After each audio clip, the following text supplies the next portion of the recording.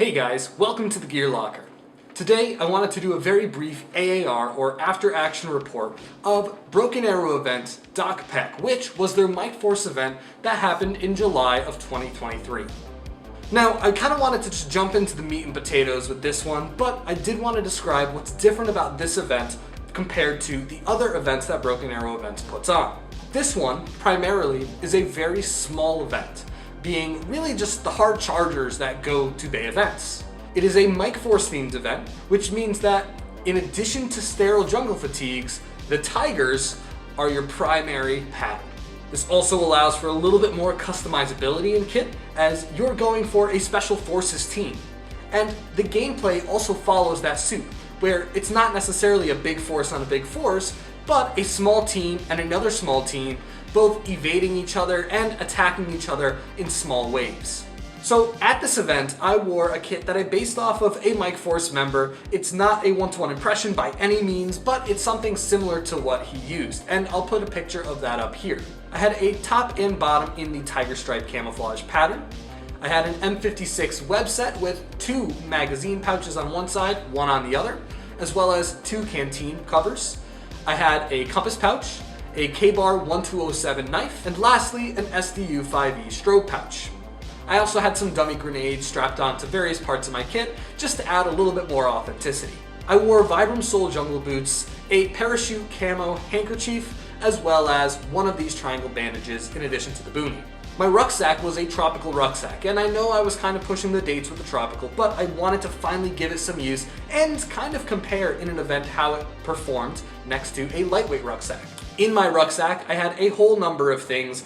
In the main compartment, I had my whole sleep system. I had an entire set of spare everything top to bottom, although instead of another tiger stripe uniform, I used the sterile jungle fatigue set that I never really needed to change into at all. I also had spare airsoft accessories, being a speed loader, extra batteries, extra mags for the gun in case something went wrong, just that kind of general stuff as a spare in that main compartment.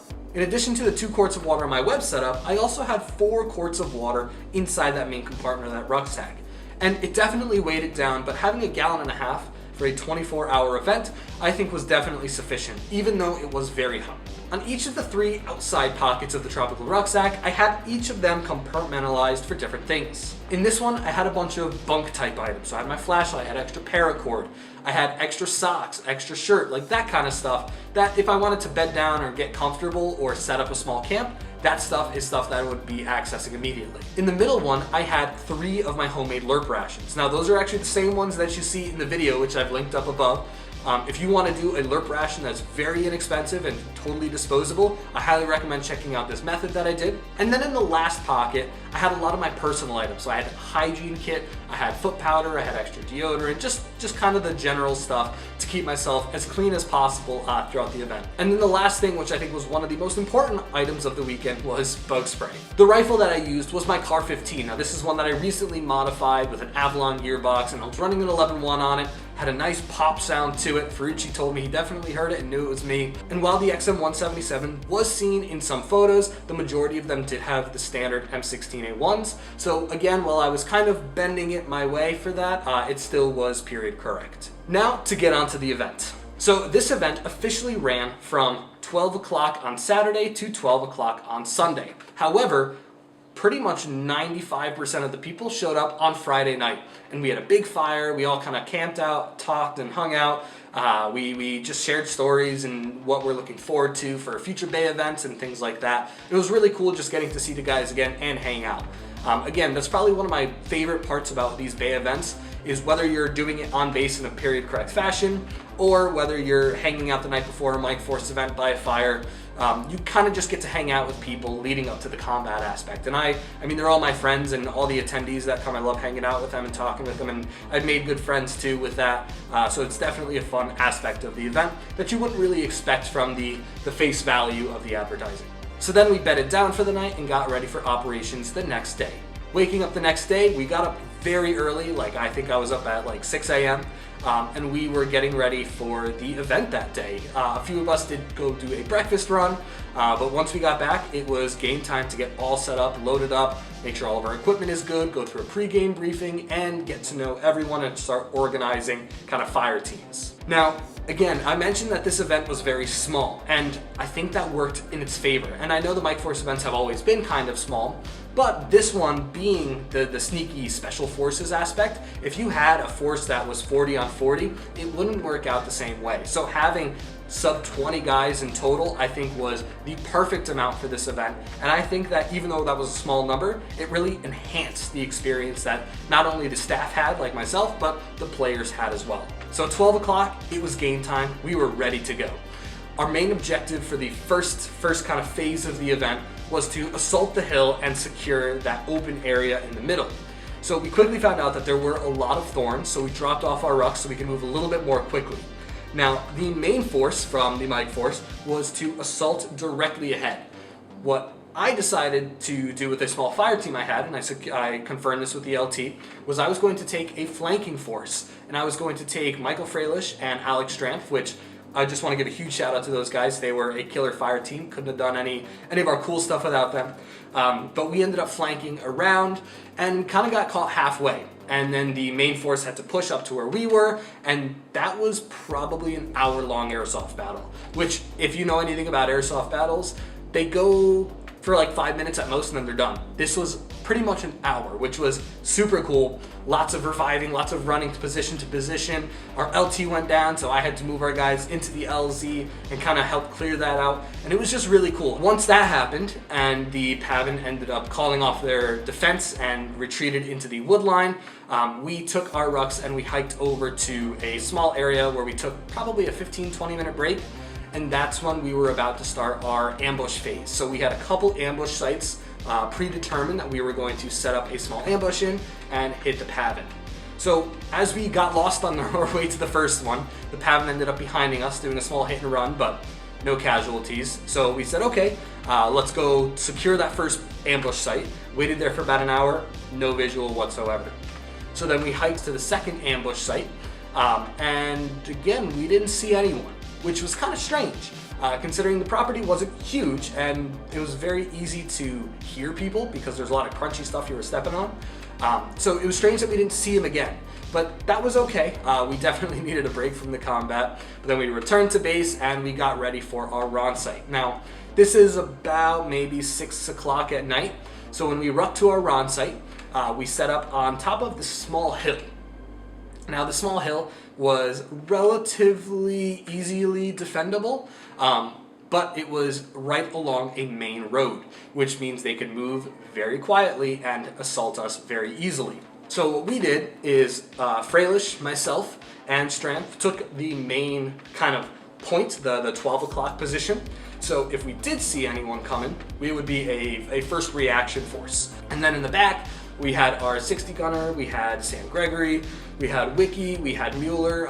Basically, the rest of the force was behind in a 360 perimeter on that little mountaintop. So Wiki comes over and he's talking to us because nothing had really happened for about an hour. And then all of a sudden, in the middle of one of his sentences, he looks up and his eyes go wide. And he says, visual contact. He didn't have his rifle on him. So Freilich and I roll over and start opening fire full auto. Strampf starts going crazy on his M16. He had a really well-tuned HPA M16, which was really cool, pretty quiet too. And we had an engagement for roughly half an hour. They tried to take our area of the hill, tried to get around us in some aspects. We took one hit, not even a full casualty, so one wound, I guess you could say. And that was a really fun experience. That lasted roughly about half an hour again. And that was a good attack by the Pavan, and we were able to repel them. So as the night went on, we were getting ready for one more attack. We knew that the cutoff, being that this was a private area, it was about 10 p.m., so we were ready at like 9:30, 9:45, 9:50, waiting for one final push at the Pavan at night, and ultimately nothing ended up coming because the bugs decided to attack. Not a lot of us got a lot of sleep up on that hill.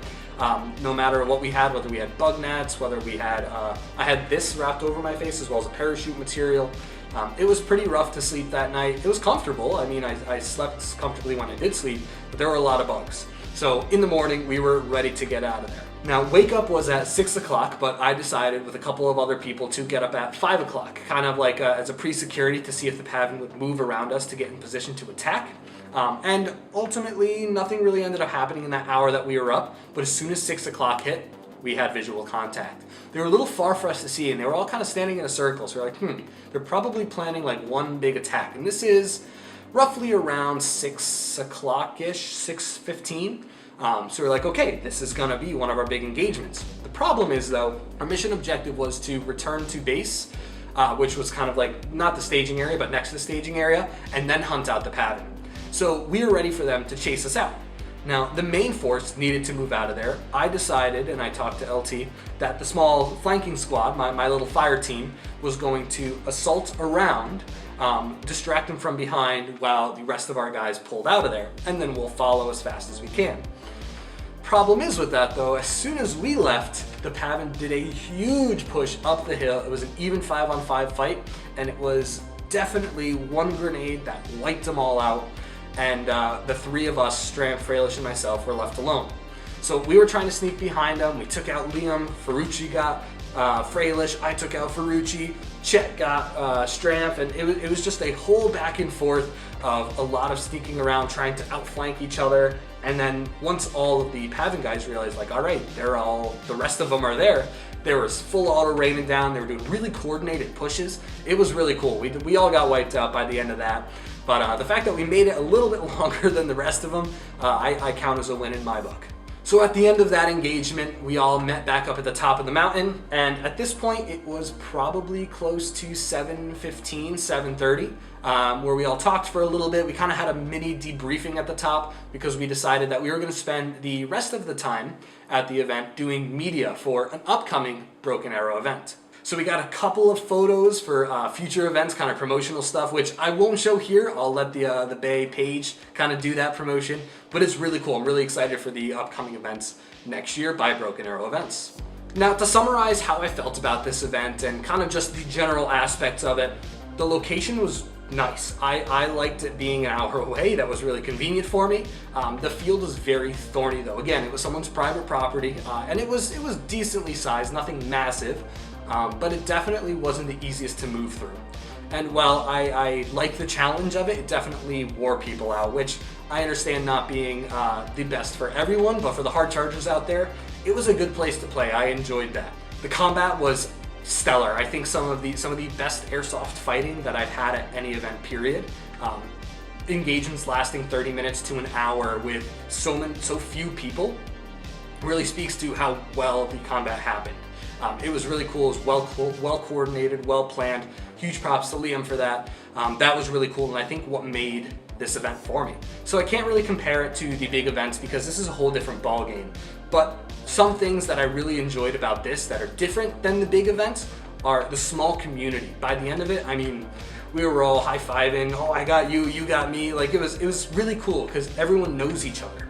And even if we had a couple new guys drive up from Pennsylvania, I think like 9 hours, 8 or 9 hours, crazy drive. But they were friends with us by the end of it. It was really cool, and I really enjoyed that small team camaraderie that we built in a harsh environment and through a good weekend like this. I also really enjoyed the gear and equipment. Now, again, I mentioned that I would say something about the Tropical versus lightweight. I think the Tropical worked really well for all the equipment I had, but I definitely loaded it to its capacity, and it definitely weighed down. It wasn't as comfortable as the lightweight, believe it or not, because I think the lightweight is more modular. You can move things around and adjust the weight distribution. With the Tropical, you don't really get that so much. So I kind of learned why they would attach the Tropical rucksacks to the lightweight frames. So I think in the future I definitely would run the lightweight rucksack, although the Tropical is definitely staying in the collection to get used whenever possible. But yeah, I think that is a pro of the lightweight over the Tropical that I experienced at this event. I would also make sure I had some more easily accessible snacks, some in my cargo pockets. I know I do this with KVB a lot, but I didn't think to have anything outside my LERP rations, which I had more than enough food. I actually had basically a full meal left over almost. But something easily accessible that wasn't just in my rucksack would be something that I would improve. And lastly, I wouldn't forget to bring the bug accessories. So like a giant bug net, I would definitely bring that. I don't know why I didn't pack it this time. It can go really small, like a bug net for the boonie hats would have been a really good idea too. I know Stramps did that, and that just would have helped save me from getting so many bug bites, or at least allow me to get a better sleep at night. So all in all, I thoroughly enjoyed this event. I know I say that about a lot of Broken Arrow events, and I am on staff with Broken Arrow events, but this was truthfully my first Mike Force event, and I was going in blind. I can't wait for future events like this, whether they are a larger scale version of this or a smaller one that is Mike Force specific. So if you have any questions or want to know anything else about the event, let me know. Reach out in the comments, send me a DM on Instagram. I'd be happy to share my experiences and give you some tips for future events that you'd like to attend with BAE. So all that being said, find good fire team members. This is the Gear Locker, and we'll see you in the next one.